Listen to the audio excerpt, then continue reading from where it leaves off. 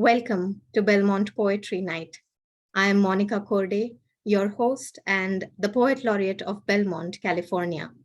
We meet on the third Tuesdays of every month to celebrate the spoken word as makers, listeners, and admirers of poetry. We come with featured guests sometimes and an open mic always. Although we may still not be at our favorite physical venue, the Belmont Library, since the pandemic, our thriving poetry circle has transitioned to this virtual space, and I'm grateful this allows me to welcome poets and listeners from across the globe. It'll be lovely to know where you are joining me from, so please share in the chat. And thank you so much for joining me and zooming in.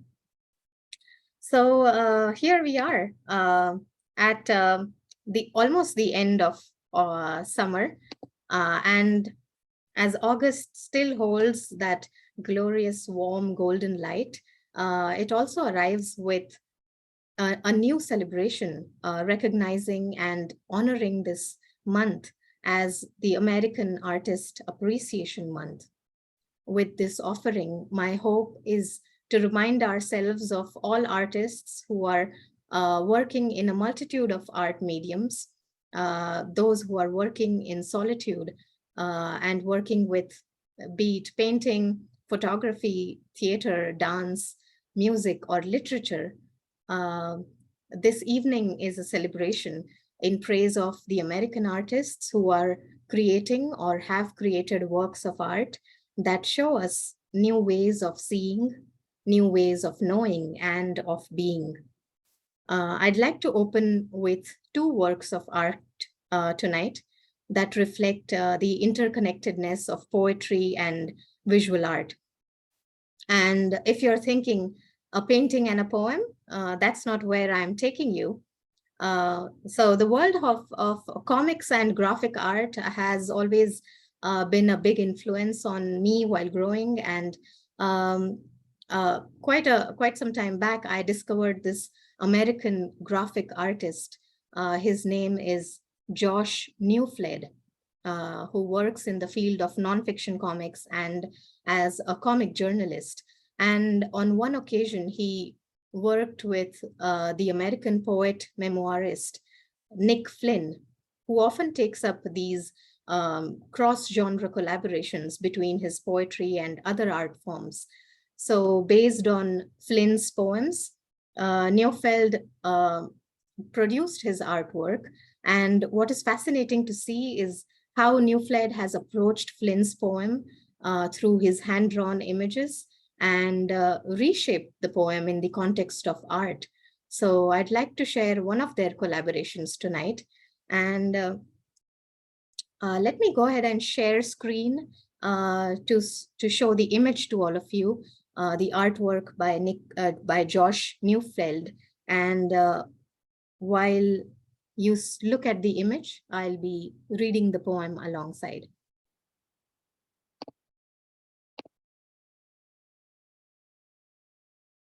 I hope this is visible to everyone.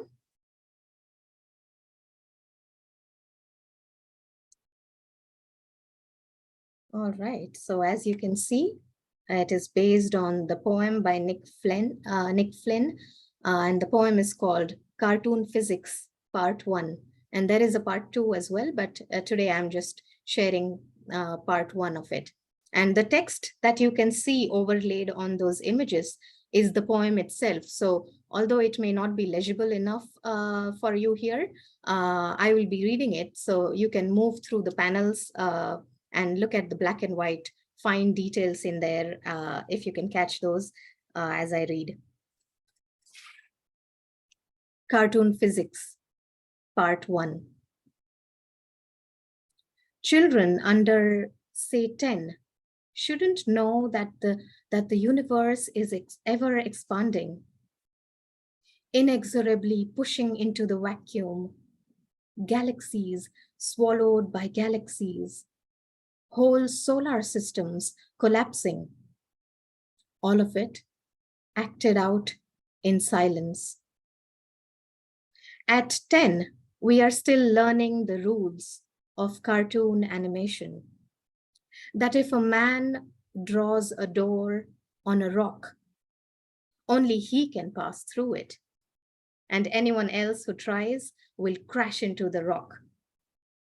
10-year-olds should stick with burning houses, car wrecks, ships going down, earthbound, tangible disasters, arenas where they can be heroes.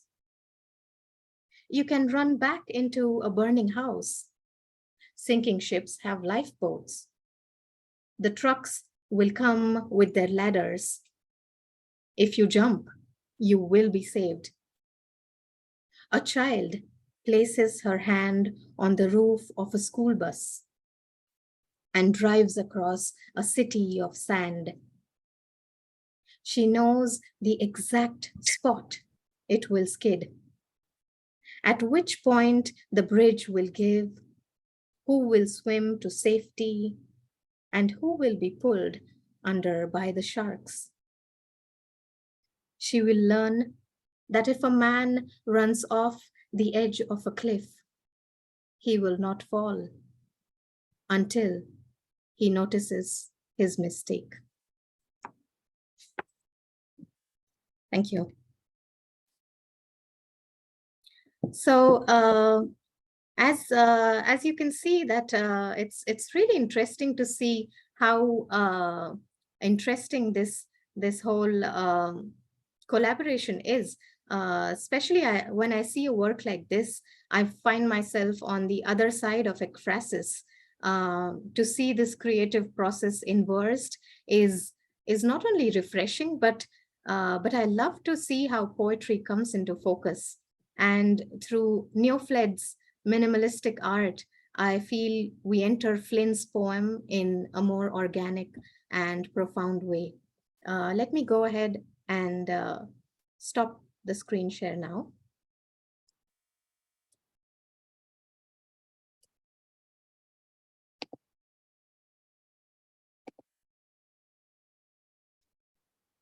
So I hope you enjoyed both of these artworks, pieces by these artists. And now moving on, we have with us another artist I'm delighted to have as my featured guest tonight, who also strives to bring poetry into focus and beautifully reflects the relationship between literature and the fine arts through many of her works.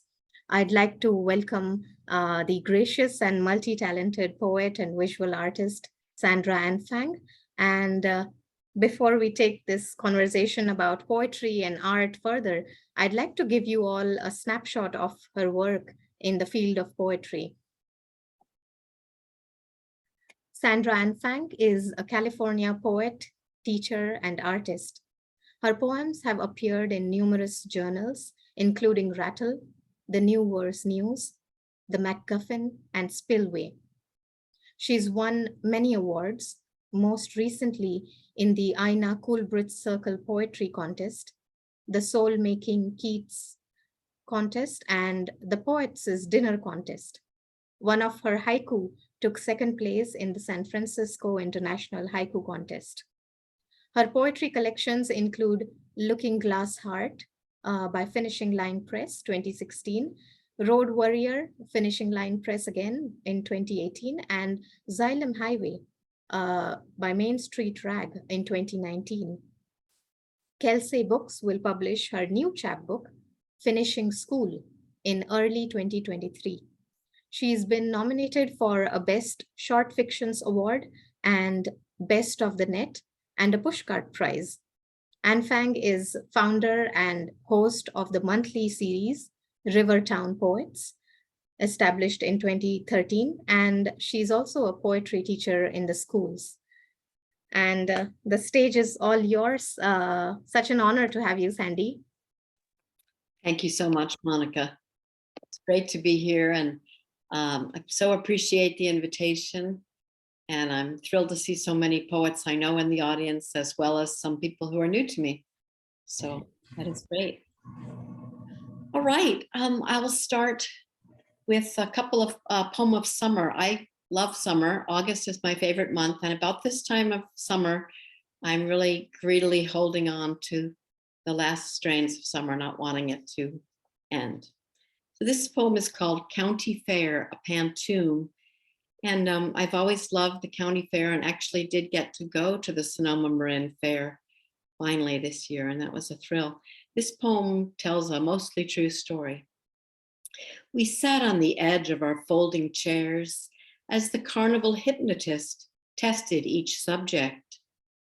Impressionable heads hung like dying sunflowers as the mantra cast its magic. As the carnival hypnotist tested each subject, I felt guilty that I'd coaxed my son. As the mantra cast its magic, an awkward 14-year-old took the dare. I felt guilty that I'd coaxed my son. I chewed my lip and watched him flap his wings. An awkward 14-year-old took the dare. He gathered invisible roses and beat his chest. I chewed my lip and watched him flap his wings. We all believed he had succumbed. He gathered invisible roses and beat his chest. I marveled at his willingness to yield. We all believed he had succumbed, fallen under the charlatan's spell. I marveled at his willingness to yield. Once they're awake, they won't remember what they did. Fallen under the charlatan's spell, my son awoke and leapt from the stage. Once they're awake, they won't remember what they did. Our eyes grew huge as he ticked off each command. My son awoke and leapt from the stage. The urge to lose ourselves vies with the personal juror. Our eyes grew huge as he ticked off each command. We all returned to the need for control. The urge to lose ourselves vies with the personal juror. We sat on the edge of our folding chairs. We all returned to the need for control. Impressionable heads hung like dying sunflowers. Thank you. And the second poem is a late summer poem. I have a beautiful favorite spot to hike in Novato, just south of Sonoma County. It's called Rush Creek. If you've not been there, it's on a slough and it's absolutely wonderful. It's called Ode to a Deer Carcass at Rush Creek. That day we hiked along the slough, calling out the names of birds, blue heron, kite, Canada goose. I never knew grace would save the best for last. We climbed steep hills, watched open-mouthed as flocks of seabirds, tails in their bills, helixed around the sun, boomeranging back again. A king snake scissored through the dust. Alligator lizards did push-ups on rocks, strutting their six-packs. Already drunk on beauty, I ran my fingers up a dead tree's spine, home to woodpecker generations, BB'd with holes like a shooting range. I never knew grace was saving the best for last. On our final leg, splayed on a grassy altar, you lay on your side, bleeding like Jesus. I could read the stigmata like a pomegranate slice tattooed on your shank.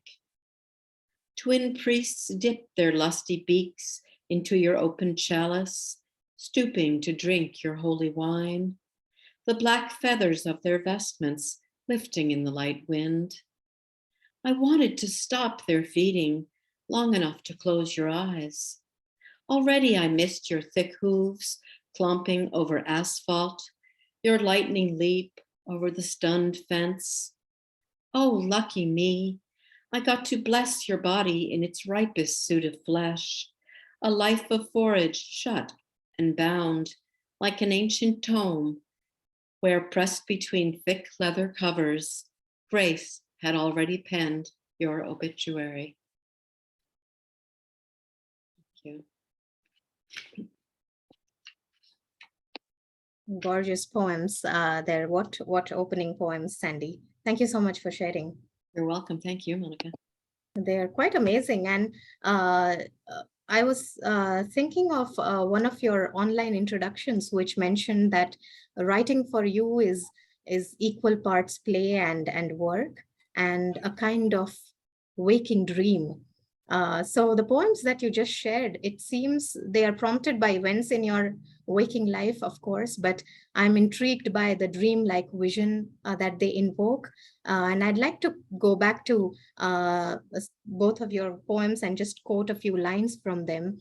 From the first poem that you shared, uh, County Fair, and it's a beautiful pantoum there.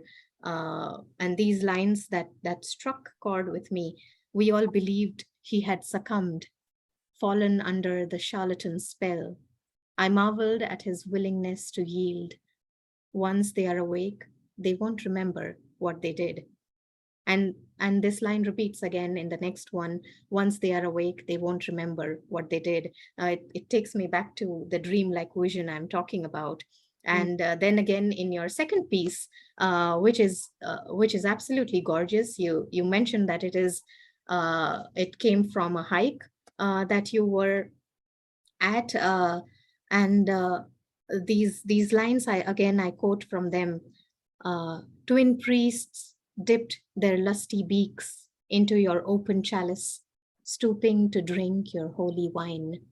I'll say it's very allegorical in its symbolism, but again, it is characterized by this transcendence we find in dreams. And in a sense, writing seems to be a way of studying the subconscious, and a dream speaks in images. So, in addition to your achievements as a poet, you are also known as a visual artist. How has your cross-disciplinary practice and your identity as a visual artist informed your writing? Oh, great question, Monica. Wow. I think they feed into each other. It's a constant process, like a cyclical process. When I walk, which I do every day, it's very much a moving meditation. And one of the things I love about that is it disrupts the kind of linear, logical monologue and to a more imagistic kind of free association one. So I will think of lines, and as I'm walking, and kind of say them out loud. Sometimes I actually dictate them to my phone. I hate to say, but I don't want to lose them. Um, so I think images are the building blocks of my poems, as well as my visual art. And I often can visualize the scene unfolding just from a little seed, but I never know where they're going to go. And that's the fun part, is they have their own trajectory and their own journey. Indeed, the journey becomes more fun when you don't know the destination, and you just land there by surprise, which is mostly always a pleasant surprise when it's about writing poems, I guess. So that's wonderful to know, Sandy. And if you could take us through a couple more poems again, that would Sure. be great. Sure. I started writing villanelles in the last year. I heard a few and I really admired them. And I'm generally a free verse poet, but I'm drawn to certain forms, as you saw the pantoum and more Eastern forms. But Diane Lee Mummy and Kathleen McClung kind of got me interested in writing villanelles. So thank you for that, Diane. And then I did take a class with Annie Finch at Diane's suggestion. So this one is called First Rains. First rains dampen withered fields today. I watch as soil darkens with its kiss. Finches take refuge under the canopy. Glued to the sill, my eyes sweep up the bay, where baby whitecaps practice their new tricks. First rains dampen withered fields today. I walk the lanes, inhale smells of decay, watch ruddy maples, pallets I have missed. Finches take refuge under the canopy. I wake to chilly rooms and skies of gray, adore the garden's leaves, fall's silvered bliss. First rains dampen withered fields today. I root for sweaters, woolen socks, allay the sudden chill that grips me, chaps my lips. Finches take refuge under the canopy. A week ago, we wished summer away. those sultry months that held us in their grip. First rains dampen withered hearts today. Finches take refuge under the canopy.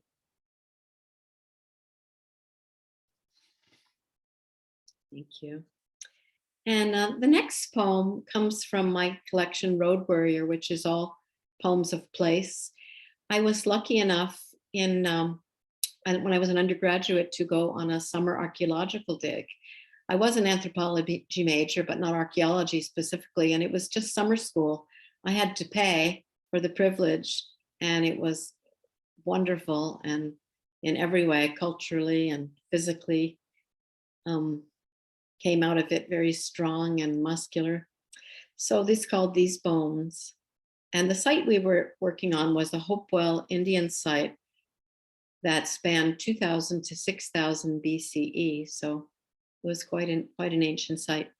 If it hadn't been for these bones, digging would have been merely an exercise in moving dirt, building muscle, cataloging the history of Illinois, one shard at a time.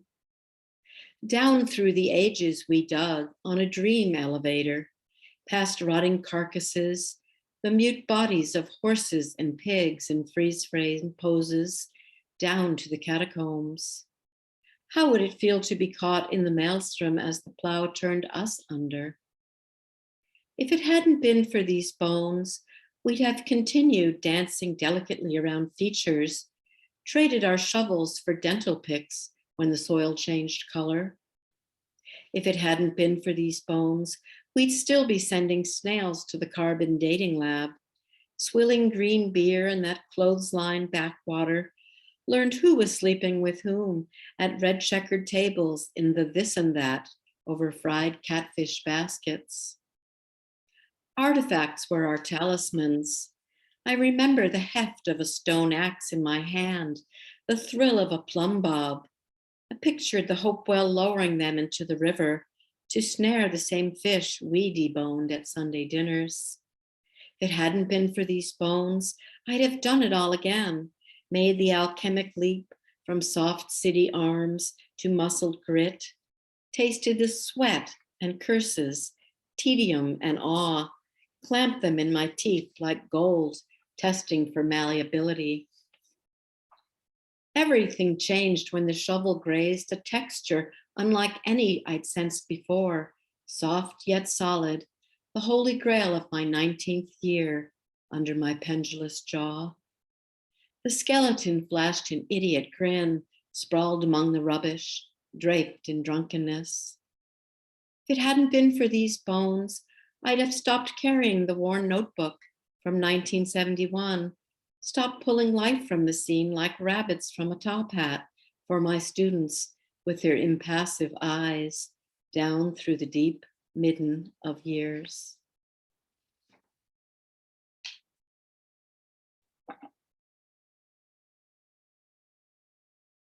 Absolutely stunning, Sandy. Truly, the poems take us to places, as you rightly said, talking about them, and it reminded me of Matthew Arnold's line where he says, "Not deep the poet sees, but wide," and your poems are really these unfolding memories, such lyrical explorations into the literal and the metaphorical landscapes. And my question to you is, as an artist yourself and someone who speaks not only through writing but through a multitude of art genres such as painting, sculpting, mask making. You can see the masks on the wall behind Sandy. They are handcrafted and really gorgeous. You can look them up on her website as well. I'll be sharing the link soon. But and also, in fact, collage art that we'll be looking at today. My question is, in your view, when is poetry a work of art, and when is art poetry? Again, I think poetry is both a work of art and some left brain hard work. The impetus, the inspiration, the draft usually comes out. It's almost like walking down the street and grabbing a line that comes by and inspires me. And the writing can be very fevered and impetuous. And then when I go back and revise, which I do quite a lot, that's it's still an artistic process, choosing words and finding the music in a poem, but it's a much more methodical sort of process. I also do a bit of research. I used to be a reference librarian actually in the San Mateo County Library System. And I love research, but if I'm writing about something that catches my attention, but I don't know too much about, whether it's a bird or species or a tree or something, I will look it up so as to learn a little bit and not provide fake news, false information. So yeah, I think it's artistic all the way through, but definitely mostly during the drafting phase. And Perfect. Poetry, unlike poetry, visual art has a more finite and conclusion. Because eventually you can go back and rework acrylics or oils, but generally, I'll call a painting or a collage done much more easily than I will a poem. I've been known to revise poems after they're published. I figure we have that right. I guess that I see a lot of heads nodding in the Zoom room. So that so many of us agree with you, Sandy, as writers and poets, makers of the craft. I think you understand the process much more in that sense. And although both of these are very unique art forms, it's very interesting to see how they intersect and how an artist perceives both these art forms. It's wonderful to know how you do it, Sandy. So thanks for sharing that. And yeah, let's hear a few more poems from you.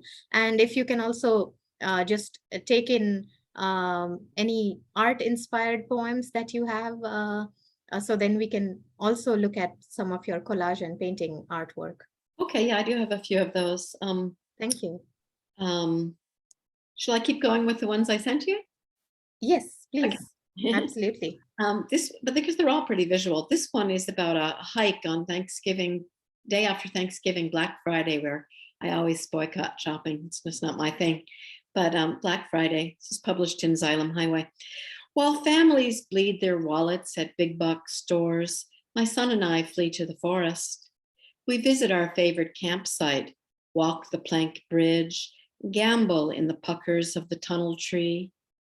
We exhume a trunk full of memories in the clutch of 16-year-old redwoods, gulping minted wisps of frosted air. I show him the stick boy snapshot of himself at 3, white Mowgli poised among the Stellar's jays, screaming to the world, I am.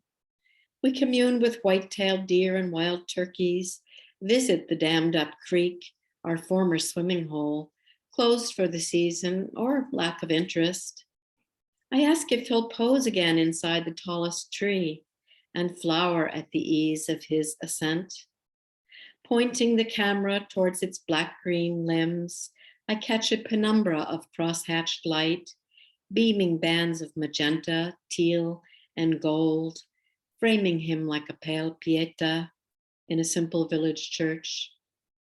Light is anesthetic. We're held in its eternal grasp. At 24, I notice he's lost the concept of shun.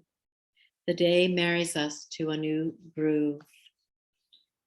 So again, that experience of being out in nature and having a kind of epiphany and seeing it all very visually. Absolutely wonderful, Sandy. Thank you. Thank you, Monica. The next one, I have a favorite truck. I've been in Petaluma 10 years now, and I often walk down a country road very near me that has an old truck that just keeps devolving in more and more interesting ways. Right now it's covered with naked ladies, those beautiful pink lilies. And I visit it in every season, and it's a good friend. So this is a haiku cycle written from the point of view of the truck. 12 haiku from a 40s truck. I've become the old Studebaker truck, rusted lilies round my bed. Parched by August heat, not one blackbird lingers to grace my fender. Flat tires swollen smooth like the lips of a young girl waiting to be kissed. Wind picks meat from my bones. On winter days, my planks thin like an old man's teeth. Today, when you walked by, my carriage slung low, one visor flapped hello. Did you see me wave? I watch you watching me, snap stills each time you pass. Every rust pit knows the roads and miles I've run, my stories penned in braille. Spider-webbed glass embroiders fall's gray raincoat, a mare's frosted breath. Quail hold a council on the high wire of my rails. Chicks bring up the rear. Wide grin of a grill, dapper once, ogling beauty, one hand on my hip. Nights at the drive-in, Evie's rump engraved upon my cowhide bench. Century of your growth, should I ever disappear, pass my stories on. Thank you. And the next two short poems are Loteria poems. If you don't know about Loteria, it's also called Mexican bingo. Very popular among Mexican families. And I was drawn decades ago to the Loteria cards because their artwork is just so wonderful, very colorful, very bright and graphic. And I've even made some earrings on bottle caps out of them. I should have worn some tonight, but I didn't think of it. So I do this lesson with students, and I've done it with elders too, where I bring in the deck of cards and people can choose the cards. And sometimes they write a dialogue between two cards, and sometimes just to one. So the first one is La Rana, the frog. It gets old being children's homely playmate. Young girls confide in me, stow me in back pockets, make me their pet. They imprison me in glass boxes filled with crickets and lettuce, fit tight screens to the top so I can't escape. At night, they dream of kissing me, hoping I'll become a handsome prince. They've watched too many Disney movies, if you ask me. Why can't they appreciate the native beauty of my green skin, webbed feet, and long toes? I could beat them in tongue wrestling any day. And the next one is La Sandia, the watermelon. I'm the favorite of country people, plucked from gardens like fresh eggs from a nest. When I wear my green striped jacket, how can you resist such style? Slit me open and I pierce your face with beady eyes. My seeds are fun to spit at summer picnics. Sink your teeth in my red flesh, the true candy, though I was raised on the vine. I'm the symbol of the clown Kachina. Hopi and Navajo revere me for my gifts. I light sense the air when life becomes too heavy and feed the clan when times are lean. Go ahead and gorge yourself. I have a lot to give. I'm good for the belly and cheap to grow. Bring me to your next potluck. All you need's a machete and an appetite.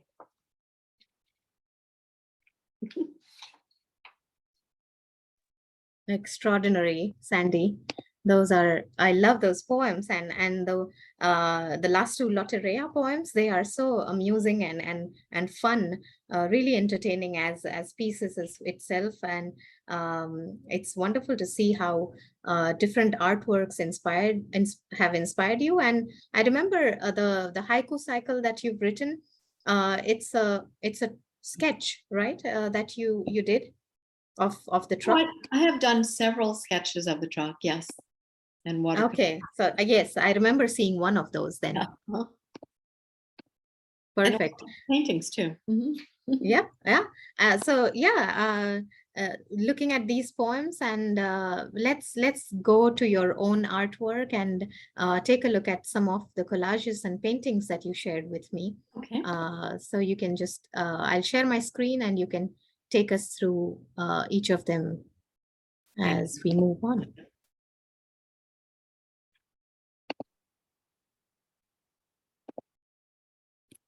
Okay, I hope this is visible to all. And let's take a look at the first one here. This was a fairly early one. The very first collage poem I did was just text clipped from newspapers. And it's really important not to clip individual words, because then the whole process is different. It's not as spontaneous and you will try to spell something out. But I just found phrases I liked. And first I kind of started with a wash and a background and some images. I like bright color, as you can see. And then I will just go through and find phrases, and you can physically manipulate them before you glue them down, which is really fun. So you can rearrange many times. And I just like the message in that. That's a message to myself as much as And I remember this work is called Life Takes. Mm-hmm. It's beautiful. Actually, life taking over so many things and putting them all together in one space. So it is a brilliant piece, and it caught my eye because of, like you said, the phrases instead of individual words, words that you have gathered together, or the phrases that you have put together. Those really bring meaning to the entire piece. Thank you. Okay, let's take a look at the next one, shall we? Sure. Mm-hmm. Also, this one was made out of Lotteria cards. It's the only one I've done that way. So these are the Lotteria boards. There's 4 of them, you can see, kind of like a bingo board. And then I just pulled out some that I really liked. I was thinking of the idea of polarization, and I was saying it, and I thought, oh, polar eyes. I had fun with that. And there's the El Diablo, the devil, and the heart. And I love the way the heart is portrayed as the real organ, not, the stylized way we usually see it. Right. I had fun with that. And then I took some glue and just kind of, in a sort of loose freeform style, just sort of drizzled it all over and painted over that. Yeah, I think that's what really interests me is we can see how richly textured these pieces are. And although in collage, when I think of collages, I always feel that there is some sort of chaos, but we can call it organized chaos if there's a word for that. And that is how I think that when we just took a look at your previous work, Life Takes, and this one, Polarize, I see how a new meaning emerges every time by the unmooring of everyday words and images from familiar contexts. And these are like the bingo cards are so familiar to a certain audience or people who use them. So it's wonderful that you take them and put them in a completely different context for us to interpret. It's fun how, we just have numbers in bingo and the images are so much more interesting. But it's so interesting to me what's chosen. There's the La Dama, there's the devil, and then there's Atlas holding up the world there. And there's, I don't think he's in here, but El Borracho. Yeah, there he is, El Borracho. El Mundo, I see El Mundo there. El Mundo, and El Borracho, the drunk, and then El Catrin, the dandy. So those polar images, and the sun and the moon. It's also a fantastic way to introduce poetry to kids, to children in school, and so much more inviting, and you really make it a very interactive process in that sense. They really enjoy it. They really enjoy this one. Yeah, it's a lot of fun. Wow, that's great. Let me go ahead to the next one. And Well, this poem, this piece doesn't have words in it, but it is a collage. It really is a kind of an ode to my love of swimming and water. I love swimming. That's my other moving meditation. Especially now that it's summer, I'm lost in space when I'm in the pool. It's just wonderful. So I remember you mentioned water. You have a very close relationship with water in that sense. Yes. So I found all different swimmers, the young boy and the dolphin, the blue-footed booby, who I've seen in Mexico and in Costa Rica. I love the blue-footed booby. And the woman swimming, and just, pictures of remembering roses floating in a bowl, and just the blue, and these little windows to the blue. And the water always symbolizes the unconscious to me too.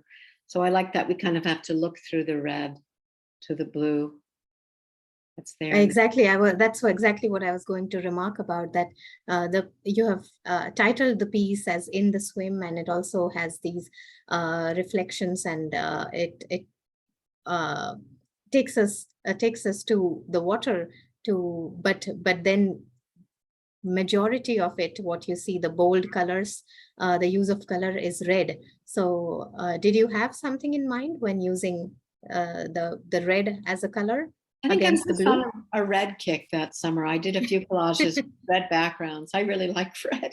I like the primary colors a lot. It is absolutely brilliant. And I love how each of these artworks, they're all very unique and so different from each other. So it's wonderful that you're introducing them in a new setting every time. I'll just go on to the next one, which has a few different ones put together in the same Yeah. slide. So if you can just take us through. Sure. This first one, the Enlarged Chart, I did a long time ago. That was one of my early collages using poetry, where I actually had written the poem first and built the collage around it, and put the text of the poem into the collage. I know it's not my finest poetry, but I enjoyed doing that. It's a fun way to do it. And you have done that too with many other artworks as well, right? I have, yes. And this second one, Art of the Bee, I was again, I did it the same summer as In the Swim with the red background. I Yes. just started choosing the blue and the baby and the bee, and I found this in a magazine, on some design magazine, Art of the Bee, and I thought, well, what a wonderful title for the piece. And then I looked for more bee things. That's wonderful. I don't remember that if there was a title for the next one, Sandy, on the top right. Gosh, what is the title of that one? Oh, I Yoda's can see it's a silhouette of a cat. It's Yoda's dream. My son and I had a cat that lived to be very close to 24 years old. This was in Hampton Bay. His name was Yoda, very appropriately. We didn't name him. He came with that name. And when he got to be about 17, I started painting him, because I thought, well, I better hurry. And so that's a little poem in one of those pairs. And I had fun. I was in a kind of Magritte mood, playing with relatives, proportions, and sizes. That is beautiful. Yeah.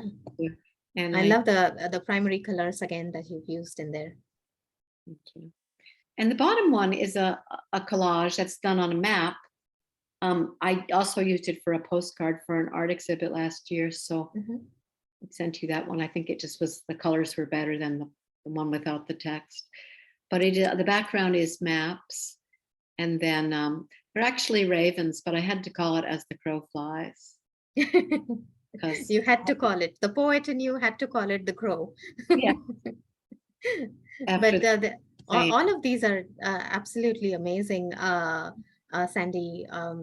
So unique, as I said, and if we look for parallels between poetry and collage art, language can be collagistic too. Even in poetry, we use certain techniques like assemblage or juxtaposition to create new meaning. And you have also created other text-based collages that you talked about. Can you share your process as a collagist, and also tell us, as a poet, how does it work differently to collage words instead of images? Sure, Monica. Thank you. Great question too. You have wonderful questions. Um, Thank you. so I have a big plastic case full of images, and when I go to library book sales or find magazines or old books, I often just sort of mine them for the images, and I have a lot at hand, and I'll just look through them for. I kind of know them by now. I've been through the box so many times, but with I was thinking of found poetry where there's so many ways to do it. Um, Taking a poem that you find and just taking certain lines, or the cento or cento, where you take all lines from another poet or poet's poems and create something new. It's a very similar process to me, and I like actually physically manipulating them.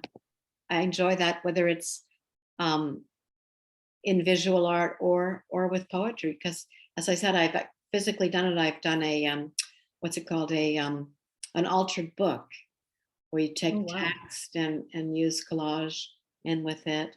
So they're very close, but so many forms of found poetry that are enjoyable, like the erasure poem, where you take a poem and cross out the lines you don't want and just leave the ones you do want. And I play around with that a lot. I enjoy it. I'll even find comments that people have put on YouTube videos about the music, and Right. sometimes use those to write about music. So It is fascinating to hear the process and also what goes on behind the scenes, Sandy. Thank you for sharing that. And before we close the featured segment, I'd love if you can just share one more poem with us. great. That'll be wonderful. Thank you so much. It's been really fun. I thought I'd read something very new. I wrote this very beginning of August, so it's brand new. Slicing the papaya. I let it linger on the counter for a few days to admire its rakish asymmetry, though my resistance might be fueled by fear or apathy. Finally, I slid it vertically, navel to butt end, surprised by the easy glide through bright peach flesh, an absence of resistance I enjoy like little else today.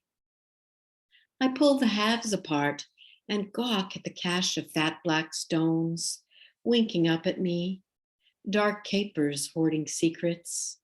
I trace their color gradient, the quick slide from yellow just behind the rind to sunset rimming the trough of seeds.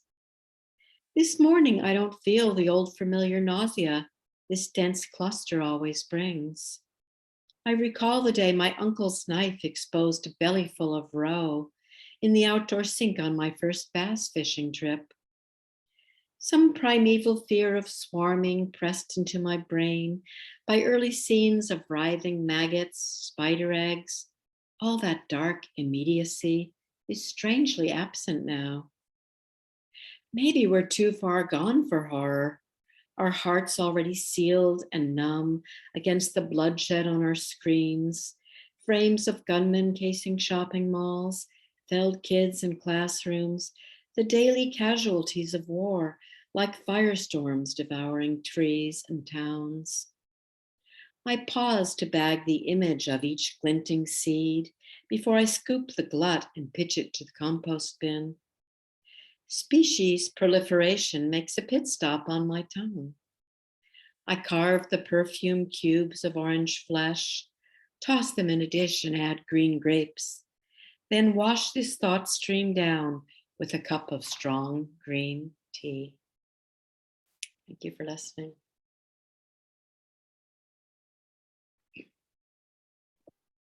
Thank you so much, Sandy. That was exquisite. And your poems are remarkable in how they daringly and with a difference bring an interior world to view. What a splendid evening you've given us with so much color and such amazing lyrics. I'd like to salute the artist in you for showing us the power of visual art and poetry as a vehicle of expression. It was a true celebration of the American Artist Appreciation Month, I'll say. Thank you. And Thank you. I'll I'll open the floor up briefly for questions or comments before we close this segment and I stop recording. While all of you exchange some thoughts with Sandy, I'll go ahead and share info on acquiring Sandy's books and a few of her links. So please feel free to unmute yourself and talk to her. Sandy, I love how you take events of daily life and you turn them into poetry. And when it starts off, often seems just like someone talking to a friend, but then it spins on and the dream grows and it goes deeper. It's really marvelous. Thank you, Carol. Thank you so much. I think often the things that interest me are small daily things that, you know, seeing them with new eyes and on different days. Yes, yes. That vision.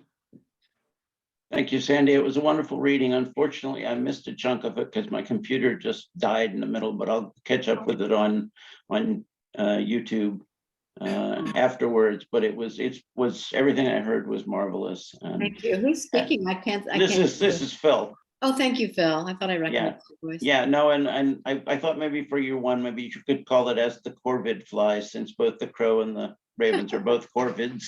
That's a good idea.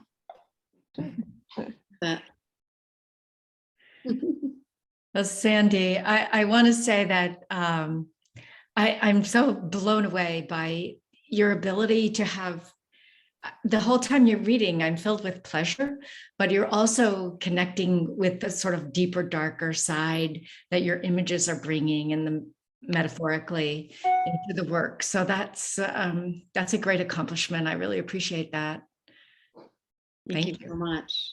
I had a question too about the Lotteria collage. Was the image of the heart in the center, was that 3D? Were there sections that were bent up? Yes, I bent them, put it on a playing card and I bent them up. Uh-huh. Yeah, I couldn't quite tell, you know, on the shared screen. That's beautiful. Thank you. Is that you, Veronica? It is. Sorry, am I not showing it? You know, I'm on speaker view, but I don't want to mess it up for Monica. Can I go to? You won't be messing up with any of my settings, Sandy, so please feel free. Perfect. Thank you. I'm always worried about that.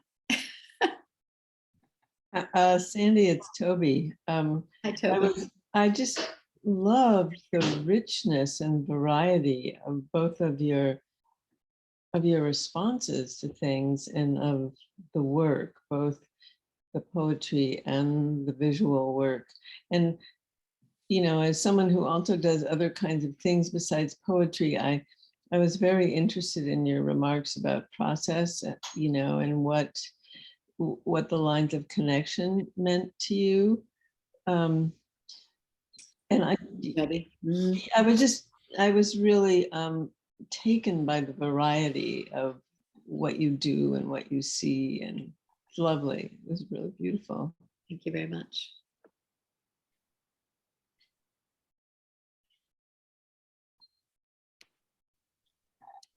All right. Grateful to everyone for listening, and Sandy, it was an honor to host you and such pleasure in holding this conversation tonight. Thank you so much again. Likewise, Monica. Thank you for the invitation. Thank you all for being here. Thank you. Now I get to with that, we are going to stop recording this segment. Those of you who are in the Zoom room, please stay online. We will begin with the open mic segment of the evening shortly. And to the YouTube audience, thanks for joining in and hope to see you for next month's virtual Belmont Poetry Night. Good night.